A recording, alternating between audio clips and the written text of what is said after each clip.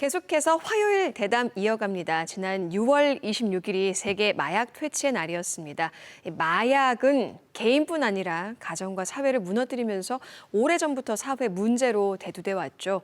올해 들어 도내에서 검거된 마약 사범이 크게 늘었다고 하는데요. 자세한 내용 제주경찰청 정철훈 마약범죄 수사대장 통해서 알아보겠습니다. 안녕하세요. 어서 오세요. 예, 안녕하십니까? 네, 마약 다들 알고 있지만 이게 어떻게 정의 내릴 수 있는지 다시 한번 좀 그 마약에 대한 설명 좀 부탁드릴게요.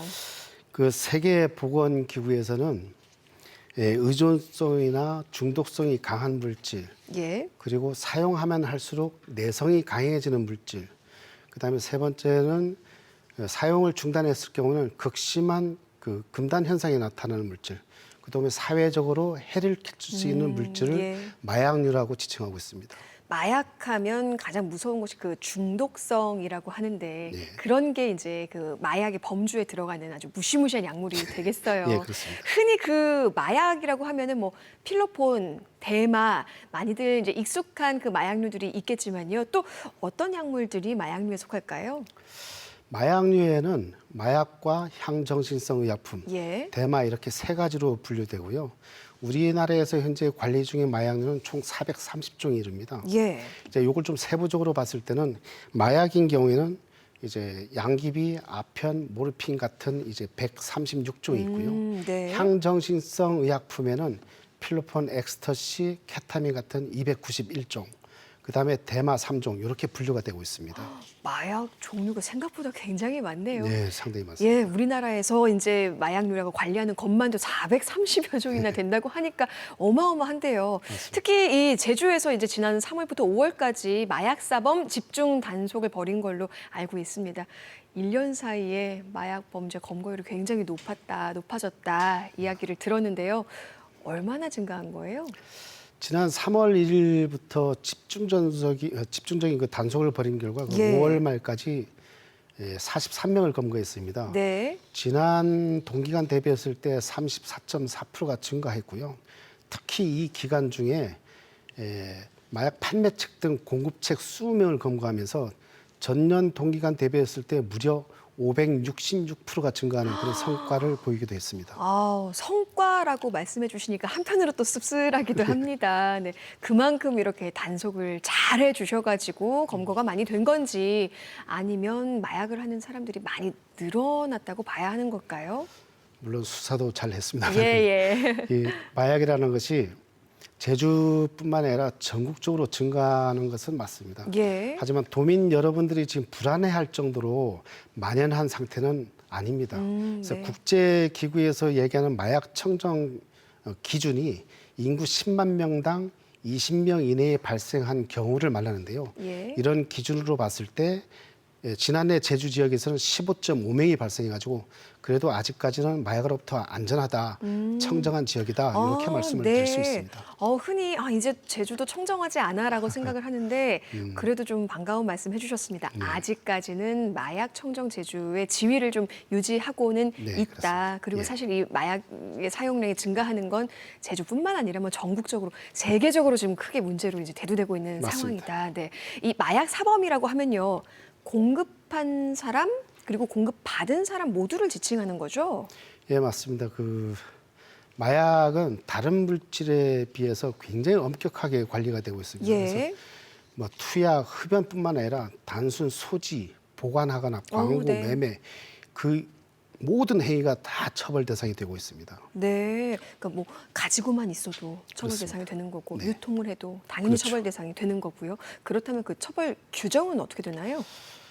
마약류 관리에 관한 법률에 의해서 3년 이하의 징역에서 3천만 원 이하의 벌금에서부터 예. 최고 무기징역 또는 1억 원 이하의 벌금형까지 그 행태에 따라 다양하게 처벌할 수 있도록 되어 있습니다. 굉장히 중하게 다루고 있는 그렇습니다. 범죄네요. 예, 그렇습니다.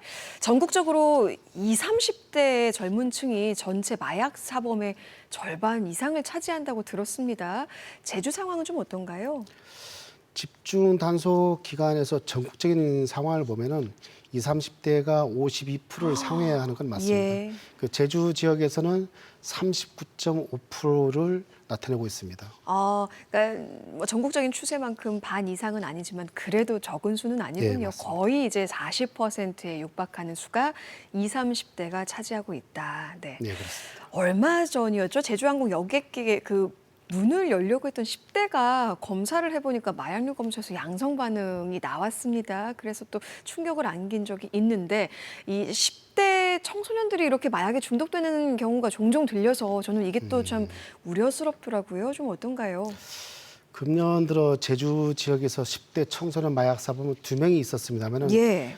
그 타 지역 거주 학생들입니다. 네. 현재까지 제주 지역에서 10대 청소년 마약 사범은 없었고요. 예. 다만 전국적인 추세를 보면은 제주 지역에도 충분히 발생하고 증가할 것으로 저희들이 내다보고 있습니다. 아니 근데 10대가 마약을 한다는 것도 충격적이고 어떻게 마약을 손에 넣을 수 있을지도 굉장히 궁금하거든요. 이게 어떤 경로로 유통이 되는 건가요? 유통 경로는 다양합니다만 좀 나이대별로 조금씩 다릅니다. 네. 10대인 경우에는 대부분 온라인상을 이용해서 거래가 되고요. 예. 20, 30대인 경우에는 암호화폐를 이용한 거래가 좀 많아지고 있습니다. 예, 예. 그리고 40대 이상인 경우에는 대면 거래가 대부분을 차지하고 있습니다. 그러니까 각자의 그 연령층에 맞는 그렇죠. 연령이 접근하기 쉬운 방식으로 이게 또 네, 그렇습니다. 거래가 되고 있군요. 마약에 이렇게 처음 손을 대면 안 되겠지만 그 되는 순간 그 이유도 분석한 결과가 있을 텐데 어떤가요? 뭐 여러 가지 사유가 있습니다만 예. 그 인터넷이 워낙 발달하면서 마약류에 대한 정보와 구매가 쉽게 이루어지는 이런 환경적 요인이 가장 크고요. 예. 그 다음엔 호기심이나 주변 사람들의 권유에 의해서 예. 이렇게 이루어지는 경우도 많아지고 있고 또 마지막으로는 병원에서 처방받은 마약성 그 약물에 대한 오남용 사례가 점차 증가하고 있습니다. 그러니까 조금 더 접근하기가 쉬워졌다고 봐야겠어요. 그렇습니다. 예, 이 마약의 오남용이 무서운 게요. 또 아까도 말씀해 주셨지만 중독성이잖아요. 그리고 일상생활이 이제 불가능해지고 또 타인에게까지 이제 해를 끼치는 경우가 있기 때문에 더 위험한 것일 텐데 제주에서의 상황은 좀 어때요? 그 집중 단속 기간 중으로만 놓고 봤을 때 지난번 270명이 동시에 투약할 수 있는 필로폰을 가지고 서울에서 입도하던 판매책을 저희들이 검거해서 구속한 적이 있고요. 그다음에 제주 시내 오피스텔에서 상습적으로 대마를 재배하면서 흡연해오던 20대 남녀 3명을 검거해서 구속했고 이들로부터 1,700만 원에 달하는 대마초를 압수하기도 했습니다. 예. 그리고 세 번째로는 병원에서 처방받은 마약성 물질을 인터넷을 통해 가지고 판매 광고를 올리고 이를 보고 구매한 10대와 20대 5명을 검거한 사례도 있고요. 마지막으로 텔레그램을 통해서 가상화폐로 필로폰을 구입해서 투약해온 성인 남성 5명을 검거한 바도 있습니다. 와, 뭐 270여 명이 투약할 수 있는 마약에다가 뭐 금액적으로도 어마어마하고 지금 이제 마수대에서 몇 년 정도 근무하고 계시죠? 저는 지금 3년 근무했습니다. 3년 근무하시면서 이제 많은 사범들을 검거하셨는데 제주에서 이 마약 사범들을 단속하면서 이 제주에서 일하기 때문에 이뤄지는 그 특징 같은 것들이 있을 것 같아요. 좀 어떠신가요? 제주 지역에서는 마약 사업 검거가 제주 도내에서만 이루어지는 게 아니에요. 예. 대부분 판매책, 공급책들이 타 지역에 거주하고 있습니다.